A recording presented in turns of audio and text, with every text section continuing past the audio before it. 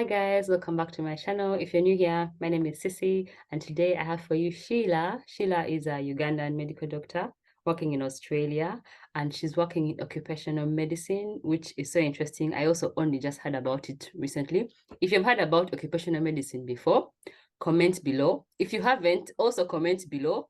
Let us open our minds. It's not all about pediatrics, psychiatry, GP. You can do anything. So I'm so excited. I can't wait to hear what your field is all about, what life in Australia is all about. And yeah, welcome to the channel, Sheila. Thank you. Thanks for having me. It's a pleasure to be here with you and your viewers. Fine, right. So first of all, I thought you'd start by telling us, how did you end up in Australia? Maybe let's start there. Yeah, what are you doing in Australia? Were you born there? Did you move there later in life? Yeah. Yeah, so it is a long story. So I'll get started at the beginning. So I wasn't born here. I was born along the way. So I come from, yes, so I come from a family of healthcare professionals and doctors. So my dad's a doctor, and I was born in Zimbabwe, actually, in one of the places he worked. So we moved around a lot growing up.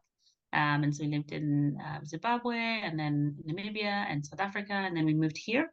So I went to school here, childhood, I finished high school here, I went to uni here, did all my tertiary education here in Australia. Actually, first studied engineering and then I studied medicine afterwards. And then I specialized in general practice, and now I'm specializing in occupational environmental medicine. So yeah, a lot of like literally half my life I've been at, tertiary studies. I just realized I'm 34 this year, and I went to uni at 17. So literally the last 17 years I've been studying. You can see my degrees on the wall. There's not even all of them, there's a few more here. So yeah, like I love education. I suppose I followed the family tradition of medicine. And I'm sort of finding my own in occupational medicine. It's one of those, as we alluded to before we started recording, it's one of those lifestyle specialties in that you do have good work-life balance. It's mostly 9 to 5 or 8 to 6 type of work. It's unique in that because occupational medicine it's a community-based specialty. So what I like to describe it as is it's almost like public health, if people know what public health is, but we focus on the working population. So often we work with companies such as big organizations like Shell or Toyota or BHP Steel, where you might be the company doctor or you might be in private practice in your own practice, contracted out to one of the large mining companies to look after the health of the working population there. So we do everything from health surveillance to such as pre-employment and pre-employment medicals. We might do injury management. We might be doing disability assessments and preparing the worker for retirement at the end of it. And in the environmental side of it, we also do investigate environmental hazards and spills. So it might be chemical spill, radiation, or fires in the community and how they affect the health of the population. So because it's a community specialty, it's in the community. We find ourselves maybe going out into the community and visiting work sites and doing hazards and risk assessments and advising employers how to make their workplaces safer for their staff. So that's it in a nutshell. Wow, And that's me in a nutshell. I have so many questions, so many questions. So apologies if I'm all over the place, but I'll start by, so in occupational health, my first interaction with them was when I came to the UK. In Uganda, we didn't, I don't know, I never heard about it. You only heard about HR. There wasn't anyone specific caring about your health. And usually occupational health for me is when I'm pregnant, and then now you need an occupational health. Sometimes you need an occupational health assessment. If you need adjustments at work, you contact occupational health. Like occupational health are your people. And it feels like they have your back, and I love it. I feel like it must be such a nice place to work where you as if your patient population is kind of, I think, nicer, or they are nicer to you than like a lot of the general public in a lot of other specialties. They're not that nice to us, especially like here in the NHS where people are stressed and everyone is like angry. So a lot of times you find that people aren't that nice to you. Do you find that your patient group who are staff are kind of nicer to work with? What's your experience? Yeah, on the whole, generally they're nicer. And there's a phenomenon called the healthy worker effect, where just by virtue of working, people they tend to be a healthier cohort because to be able to work, you need to be physically and mentally fit. So most workers are much healthier than the general population. They've got a stable income, they've got a job, they've got routine, they've got structure, they've got a community around them. So there's less of an impetus to be rude or abrupt or anything like that. So they're generally much nicer and also much healthier, which is a nice popular cohort to um, look after as well. To your point, when you said there was no occupational health in Uganda, I think that is true to an extent. But when I went on holiday recently, I did a site visit at a stone quarry. And I was researching some of the occupational health laws, and I did find that there was occupational health professor at Makerere University, and there is a department there. Very small, however, very few fellows, such a tiny community. But that's a theme across many countries, that occupational health medicine is a growing specialty. And companies are only, I suppose, now getting to understand that protecting the workers and keeping them healthy is actually good for productivity, and it's good for their bottom line. They're more profitable when their workers come back to work in a good state.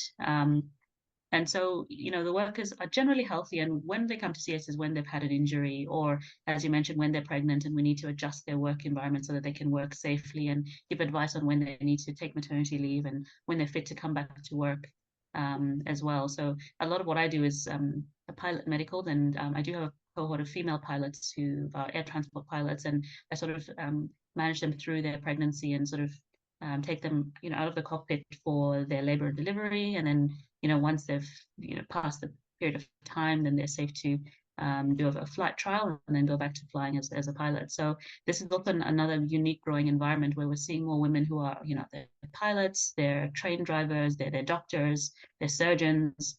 And so these previously male occupational spaces, which didn't actually account for, the pregnant worker, all of a sudden have to, think about how to alter this workplace so that they can work safely and put the parameters around these workers. It sounds so interesting.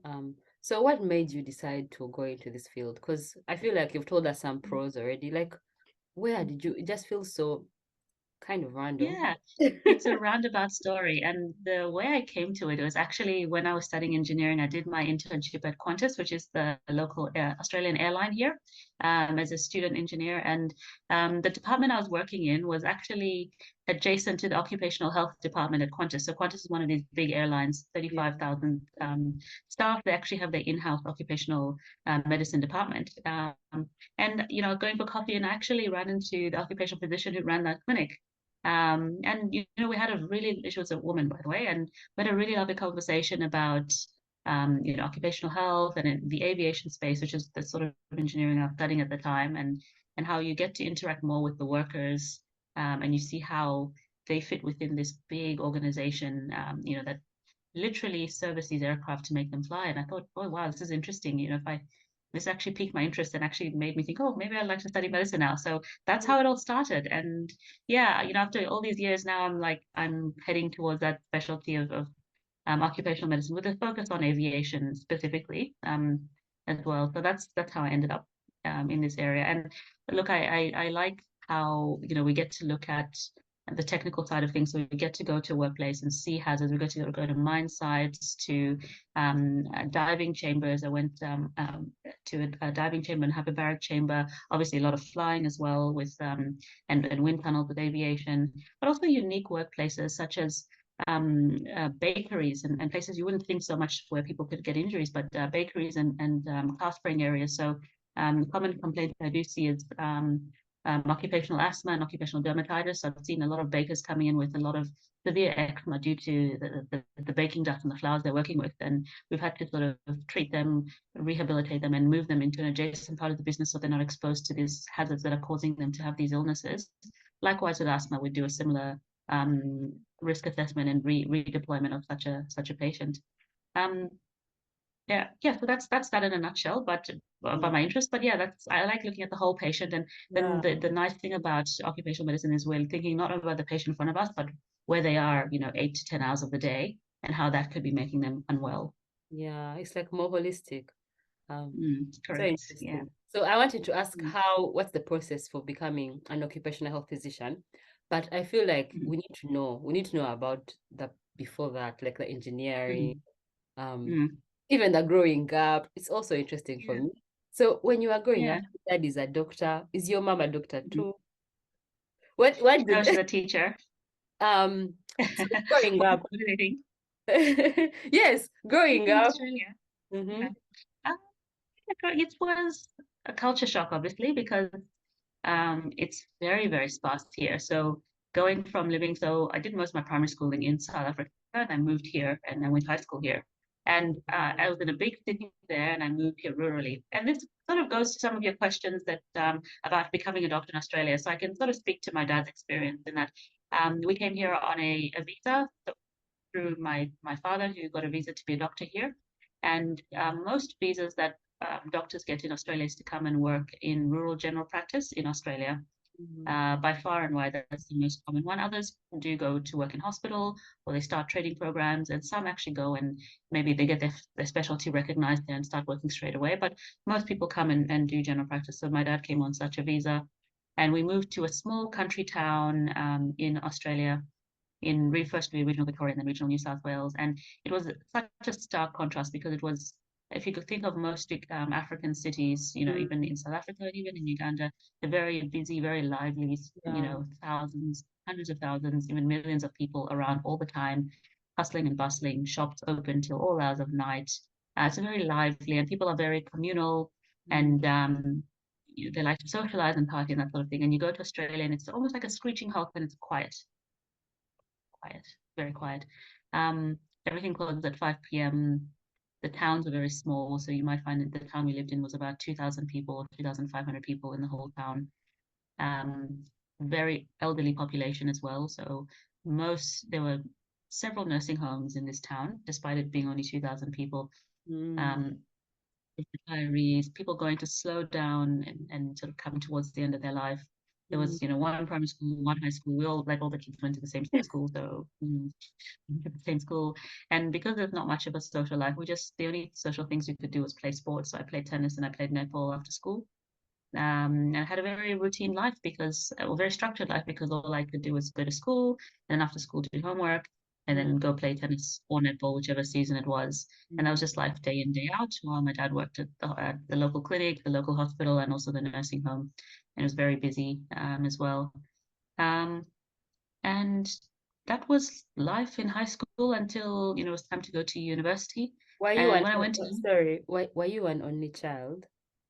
Oh no, no, I wasn't an only child. My brother was here as well for a time, but then he didn't adjust to life here very well. It was such a culture shock for him.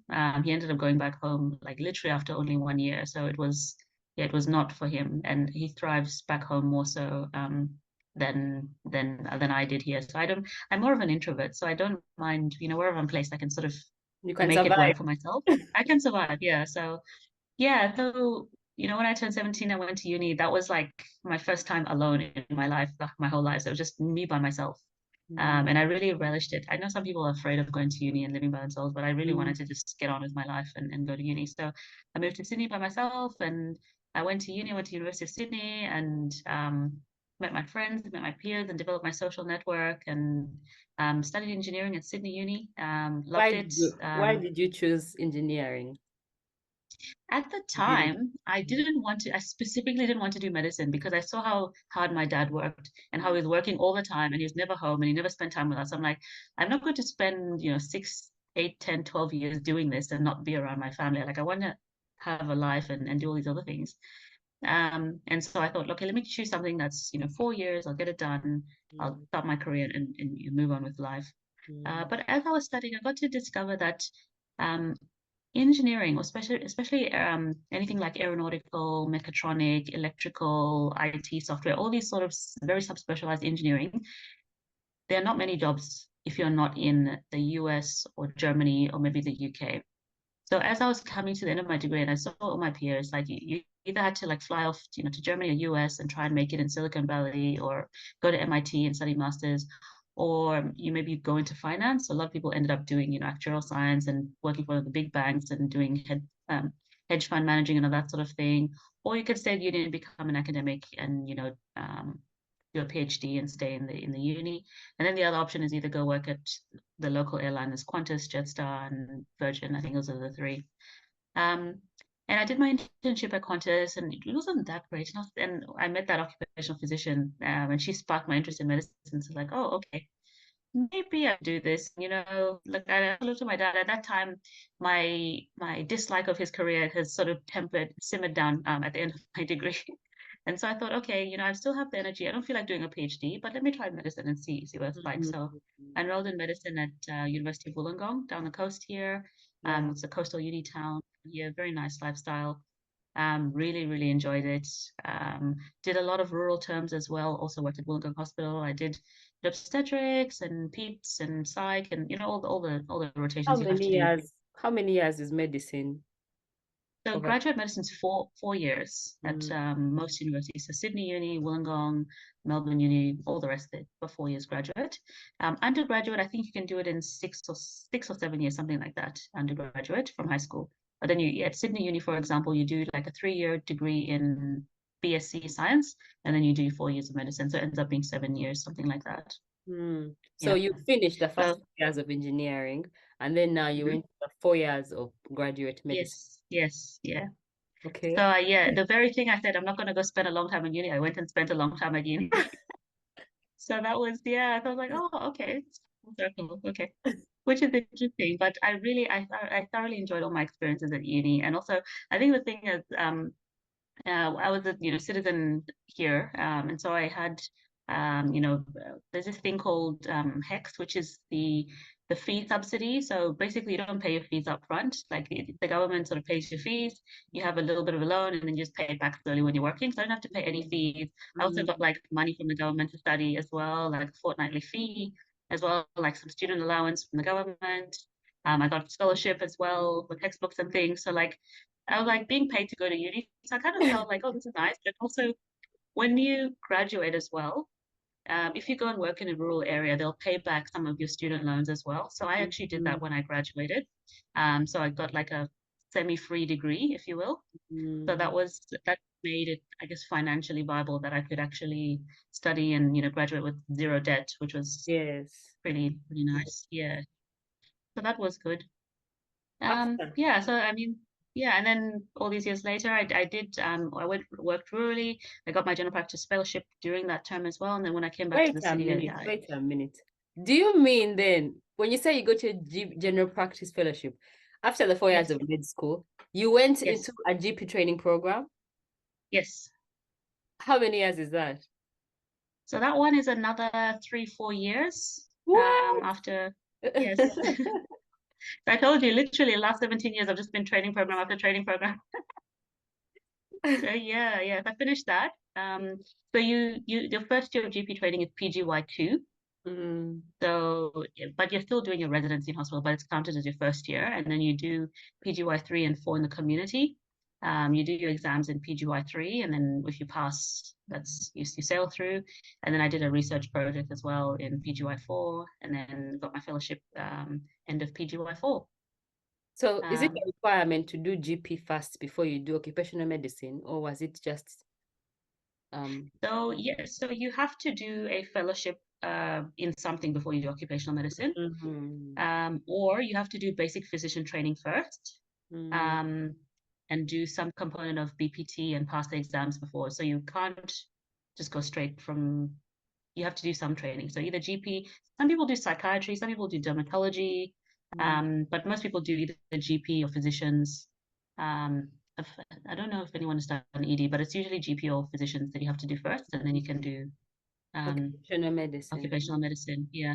By contrast, I think in Canada and the US, you have to do public health first and then Mm. you go into occupational medicine. In the UK, I think you can do GP or you can do physician training before you do occupational medicine. How long is occupational medicine then itself? They they actually refuse to put a time frame on it because most people have to have a fellowship of some kind, and most people take a long time to finish it. If you finish it in the fastest time you can, I believe it's about 4 years. Mm, 4 years, but most people take a lot longer, like 6 to 8 years mm. of training because of the requirements of doing some postgraduate study, another research project, a lot of field work as well. and moving from different employers. So it can take a while, but the fastest you can do it is about 4 years. But the end goal is not to be the fastest because it's not like Mm. you're paying for this, right? You're being paid. It's like a residency job, right? Yeah, it's a residency. You're a registrar. Yeah, so Mm. yeah, So, everyone is employed, everyone's working, so there's no time pressure to do it in. yeah. I suppose the only time pressure is if maybe you want to be a consultant, so you want to finish so you can get to the consultant work. But I think I'm taking my time, and I want to um, enjoy being a registrar and having my consultant, my mentor, my supervisor. That I feel I learn a lot from him as a registrar. So I'm actually glad to take my time in the Yeah. training. Yeah. You're taking the long scenic route through training. Yes, yes, Yes. indeed. And also, I remember like graduating, I always felt like I was someone who wanted more than one fellowship. I can't just have one. Mm. I had a few mentors at medical school who did a few things. And I thought, oh, it's nice to have that flexibility and not be boxed in. And I think I always feared that idea of doing just the one thing and being boxed in, not being able to move. So I like the flexibility. And are Mm. there any cons, would you say? Because it sounds all really good. Is there any con, Y- would you say, of occupational medicine? Yes, there are plenty of cons with any specialty, but I think the cons are in the type of work that you can do. In that the space I didn't mention at the beginning was the medical legal type of work, which some occupational physicians love it. Mm. Others don't. So the medical legal side of things are when you do disability assessments or when you are asked to be an independent medical examiner and you're asked to assess a case and assess a patient and determine the work relatedness of the injury, whether the company is liable for compensation. So this is something that you need to be very sure about your judgment. You need to be very fastidious about your clinical assessment and you need to make a fair assessment. And so there's some physicians who do quite well at that, which is good. And then there's some who might be biased towards a company or against a company or against, and that could, you know, be it to the detriment of the patient or to the company. Um, Even if you do a good job with it, you could be asked to go to court where, and it's not unusual for an occupational physician to go to court and defend the decision about a worker's treatment outcome and whether the company should be paying for it as well. So writing for legal matters, presenting in court, going to court is another con that, if you're not a very Yeah. strong-willed person, it can be very daunting to be able to go and, defend yourself in court. So that is a con, I think, of the specialty. Uh, Um, mm. can you choose not to do that though? Is it compulsory? Oh, yes. Oh, yes. No, no, it's not compulsory. You can choose not to do it. There's some who are more into pre-employment, some who are more into health surveillance, some who are more into academia as well. Then there's some who work for Department of Environment and the EPA. So you can choose where you want to go. You can stay clinical, you can stay academic, you can go medical legal if you like to. Any other con? Oh, no. Yeah, I think if you get bored with one type of thing, I know it is quite flexible and broad, but some people aspire to be a company doctor. And for example, if you go and you want to work with, Ford Motors and you're the Ford Motors doctor, the head of department for 20 years, and you're just doing the same, Mm, pre-employment, health surveillance. Everyone has MSK injuries. They all have shoulder, back, knee injuries. You're seeing the same thing every day, day in, day out. It can possibly get boring. mm, But then you'd have to challenge yourself to reinvent your work and maybe look elsewhere, and move into something that challenges you intellectually. mm. Earlier when you were speaking, you say that in the engineering, it sounded like you would have to either go to the US or Germany, and I'm guessing you weren't so interested. Is it because you love Australia and you want to stay in Australia? Um, y- yeah, yes, I do actually enjoy living in this country. The weather's fantastic. The pay is pretty good. I would say the salaries and wages are very, very good, competitive compared to Canada or US. Probably a lot better than the UK. Yes. I know a lot of UK doctors come here because the money here is so good. So it kind of seems to be going backwards if I were to go up to the UK. So that is it. And also, anytime you move to a new country, you have to not only reinvent yourself, you have to reprove yourself. You have to reprove your degrees and your fellowships and your qualifications. If you work so hard to get to a certain point in this country, you'll start from scratch elsewhere, and you lose that time. You lose, whatever money you have in investments and property, etc. You're going to lose that from starting from scratch. So it's not off the cards, but it's not on the cards just yet. I would like to be in a better position financially in terms of investments where, moving to Canada for 6 months or doing a locum in the US, whatever, is not going to hurt whatever I have going on here. So, maybe when I get to my 40s, then yeah, I think I'll be more comfortable, going to do a stint somewhere else. Mm. So would you recommend Australia as a place to live? I would, I would, I would. It has its problems, but Mm. yes, I would. Generally, I would. If you want to get on your feet, you want to establish financial independence, you want to carve out a career, if you want a place with good weather, good money, yeah, I would say come to Australia. I Mm. think we need more Africans here. Thank you. And we're out there. We want to come. You let us know in the Mm. comments if you want to go to Australia. And so how exactly, actually, before you tell us how we can come, what are the cons? What are the bad things? Because usually Yeah. we don't need a lot of convincing to Hmm. Hmm. want to come. Yeah. So social culturally, I think we're behind the UK, the US, and Canada, and certainly in many African countries, and definitely we're behind Uganda in that because we have fewer Africans than in the UK, we don't have much as big a community, and we don't have as great a recognition by government organizations, etc. So things that are pretty commonplace in the UK, even things like just going to any makeup store and finding the makeup for your skin tone or finding hair products for yourself, it's a little bit harder to find here than it would be over there. I always like to say we're about 10 to 15 years behind Canada and maybe 20 years behind the UK in terms of African relations here. So, but the good news is that we are here and we're growing in number. Every year I find more Africans, and with my organization, African Health, we're sort of trying to pull the doctors together to socialize, to network, and to have a directory so that eventually patients can look to um, our website and find doctors who are African, to become their physicians, etc. So we're trying to encourage growth and community. So I think, another 10 to 15 years, it'll be a much better space. We'll be probably closer up to Canada in terms of, being a choice, a destination of choice for Africans. Yeah. So now is the time. And I think definitely Australia sounds much better in terms of work-life balance, better compensation. Hmm. On the other hand, because here we do have a lot of like Africans. So like you've said, yes, you can just buy, you can just find products for your skin tone in regular shops in like Hmm.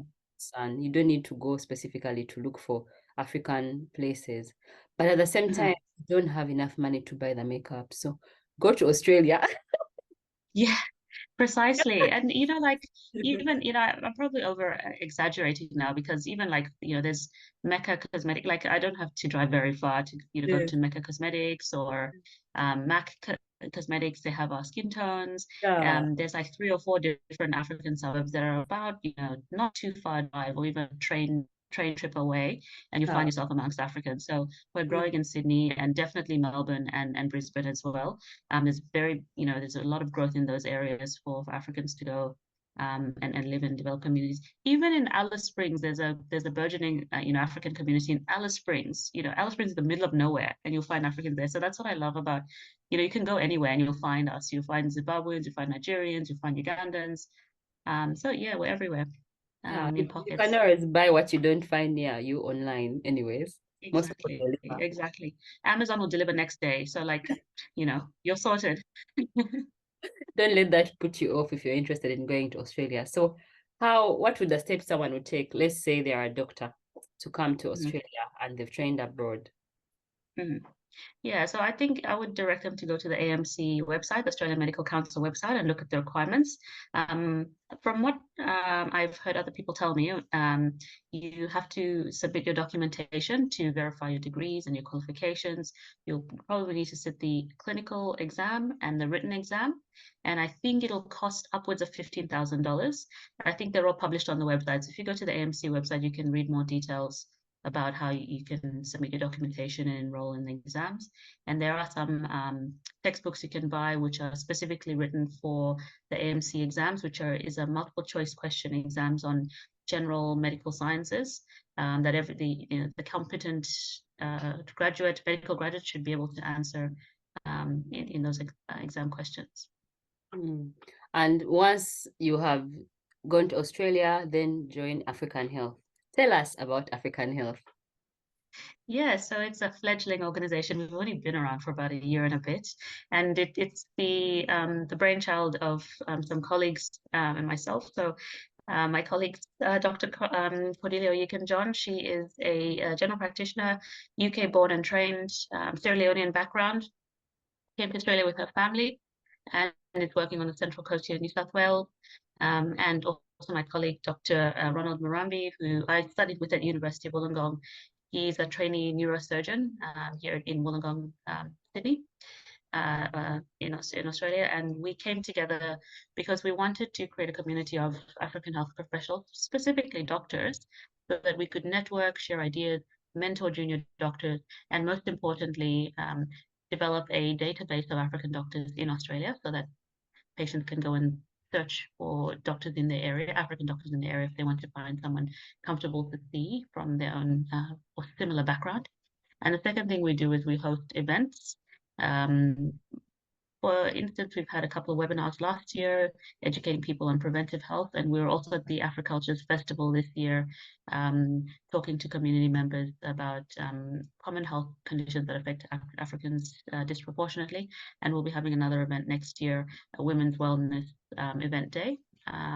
Early in 2014. So we want to bring health literacy to Africans in Australia, and we also want to increase the access and awareness of us health professionals, and also just know that they have the ability to take charge of their health and inquire and improve their health literacy.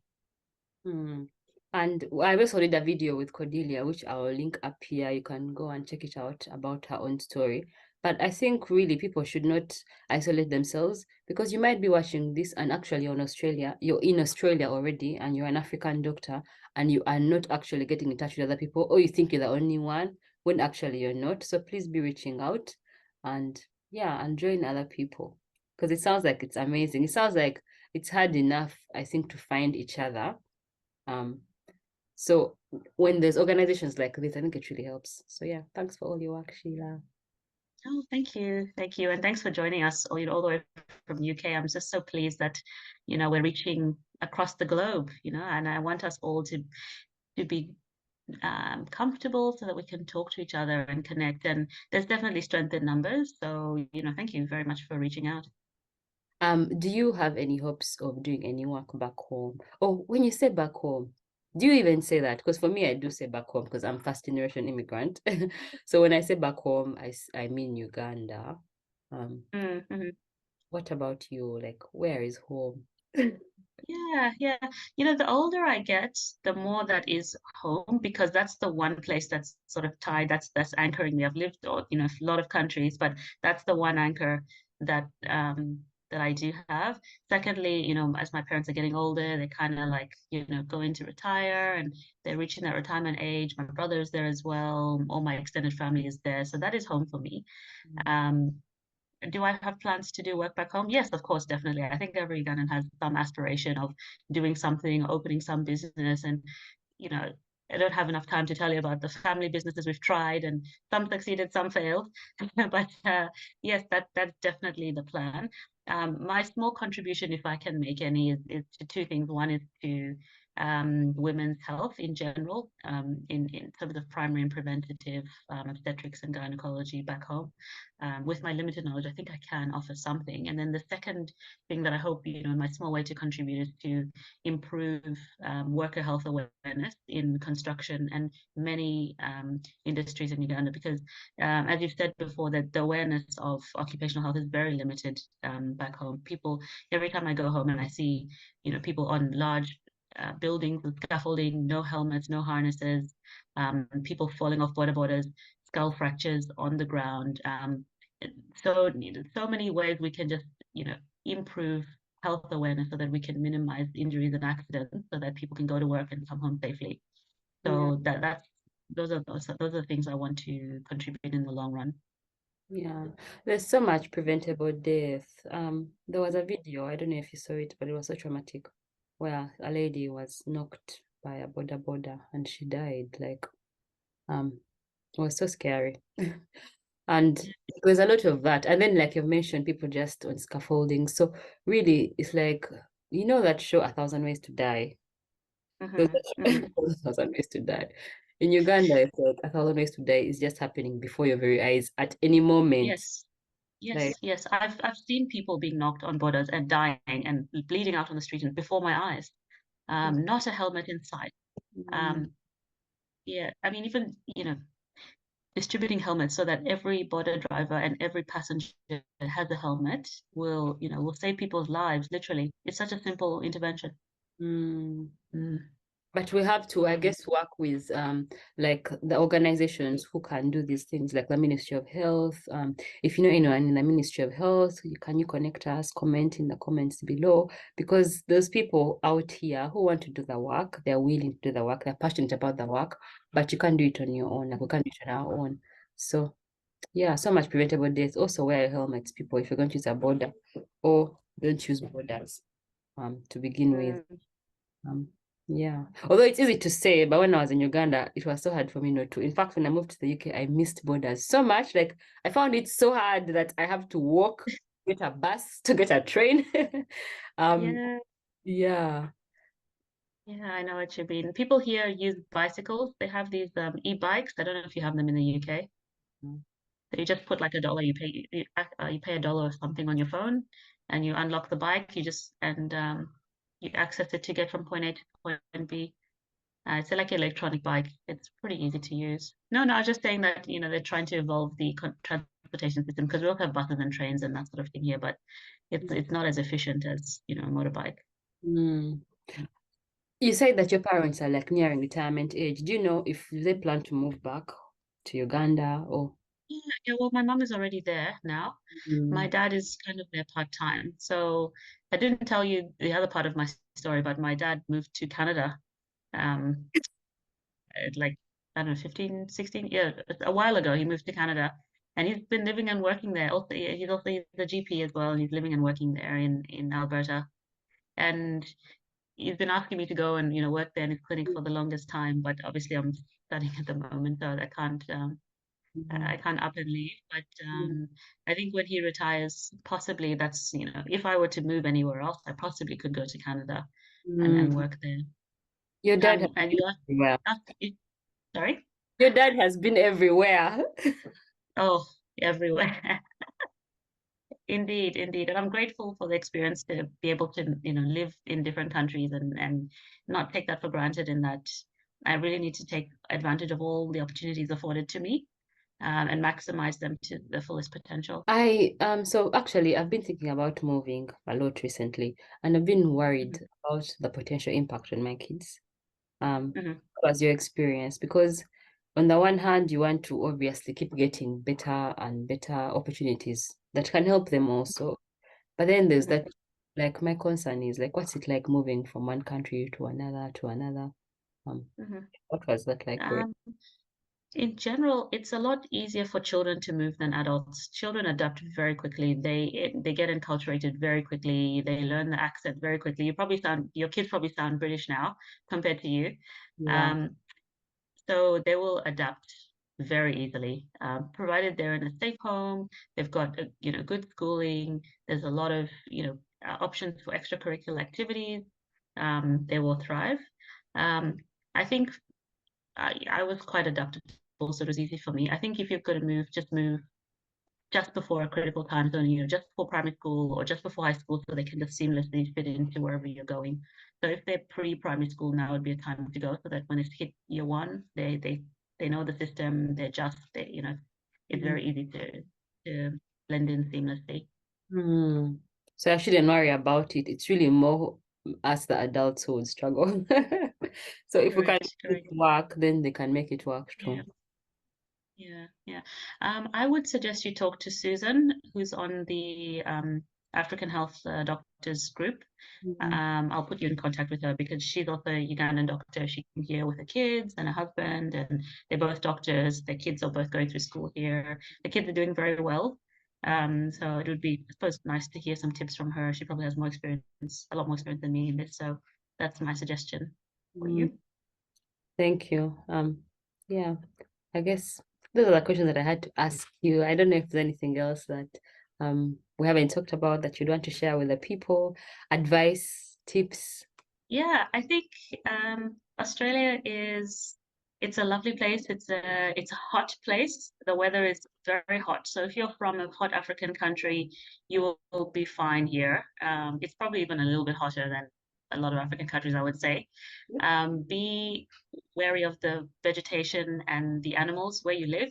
So if you live in a rural area, there are kangaroos, there are wombats, there are snakes, and there are spiders. So just be aware of that.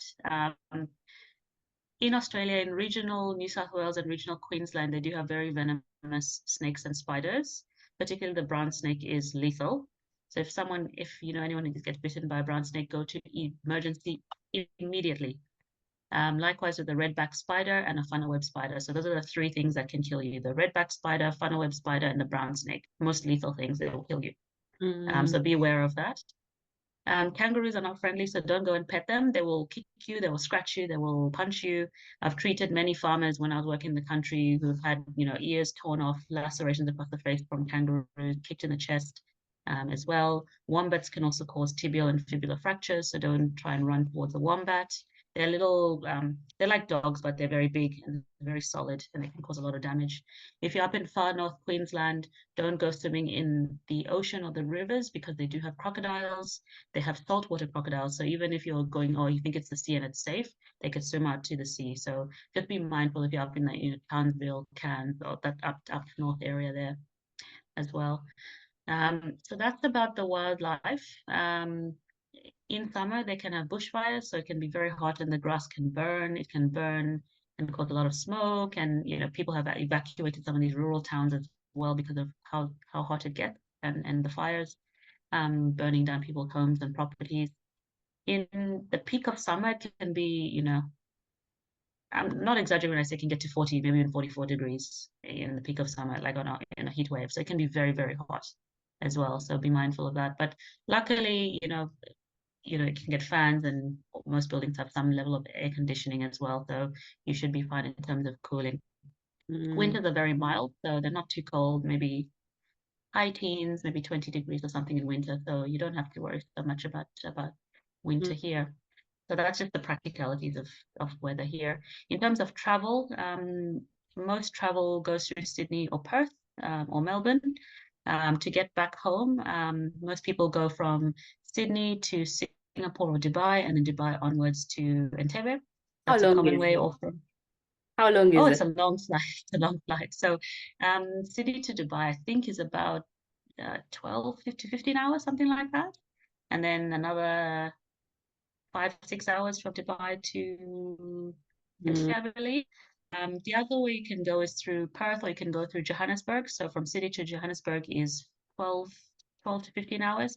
And then Johannesburg to Entebbe is about 4 or 5 hours as well. So it's long flights. That's it about travel. And then in terms of airlines, it's all like Qantas, Cathay Pacific, Etihad, Emirates, all those, Qatar, the common airlines as well. How often do you Um, in perform? Sorry. I try to go once a year, but because of the pandemic, there was 3 years where I didn't go, 2020 till end of 22. But December 22, I went again. So I went just before and then just at the end of the pandemic. But yeah, every year I go. Mm. The other practicalities as well is that a lot of migrants, not only from Uganda, but I have a lot of patients who are from other countries, in and around Southeast Asia and other countries who, they come here, they're working here, and perhaps they want to bring their relatives over to help, look after their kids, etc., which is something I look to do. You can apply for some like parenting visa, or a tourist visa is probably the easiest thing you can get, where you can get a 3-month visa for your relative to come and stay with you. You can even get a 12-month visa as well. So if you just had a baby and you want your mother to come and stay with you, you can get the 12-month visa so that she can come and stay with you, look after your child in the first year of life. So that's something you can think of, if you Mm. wanted to get some help from back home. Yeah, definitely. Are you able to like hire a maid from back home? How does it, is that acceptable? Oh, that's an interesting question, because that's something I was thinking of. Um, some people have done it with other. Um, you can do it, but they have to come on a working holiday visa or a working study visa. So you can't hire a maid, I think, just purely to be a maid. they're usually someone who's coming, maybe they're coming to study a language or they're coming to study a skill. You have to pay for them to go to TAFE or college, or TAFE is like a technical college where they have to go and study and get a skill. So they're looking after your kids part-time, but then they're also studying something, so they get a qualification at the end of it. So that's the way that some people do it. And I believe that's the way a lot of like Caucasian or white Australians do it. They get people from France or Belgium, whatever, they come, they work as an au pair, Yeah. and look after their kids that way. Because childcare is really difficult over here. Is it similar there? Like, It's so very expensive and very difficult, yes. So for people who, have a dual income and where one income is not enough, or one income just covers the cost of childcare, they often resolve to just, that partner staying home and looking after the kids because it's too expensive to put the children through childcare. I believe for doctors it might not be so much of an issue, because doctors probably earn enough to be able to cover childcare, but it's a significant proportion of money of your salary that you're spending on childcare. So I think having a relative helps, and a lot of ethnic minorities try and have a relative help to soften the blow and avoid the cost of childcare. So yeah, it's the same here because that's exactly what we have to do as well. So my husband has to stay home and look after the kids because it's too expensive.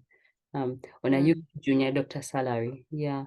So somewhere in Australia, it might even be a little bit better. So if you're considering another pro for Australia, Yes, yeah. I think if you have two people working full time, I think you can afford childcare. But just the pros and cons of you don't get to see your child as much because you're at work and they're growing up without you, and I mean there's all of that you have to negotiate as well.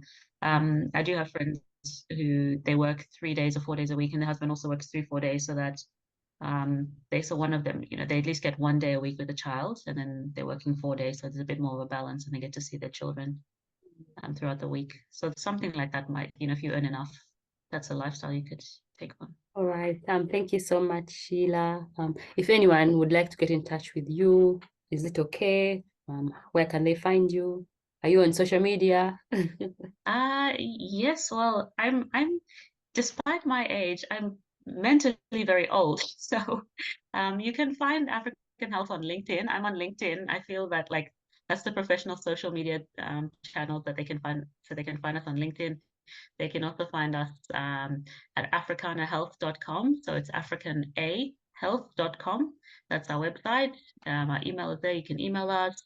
You can say hi to us on LinkedIn. All is welcome. So thank you. If you like this video, give it a thumbs up. If you want to watch another video from Cordelia, I'm going to link that up here so you can go watch that next.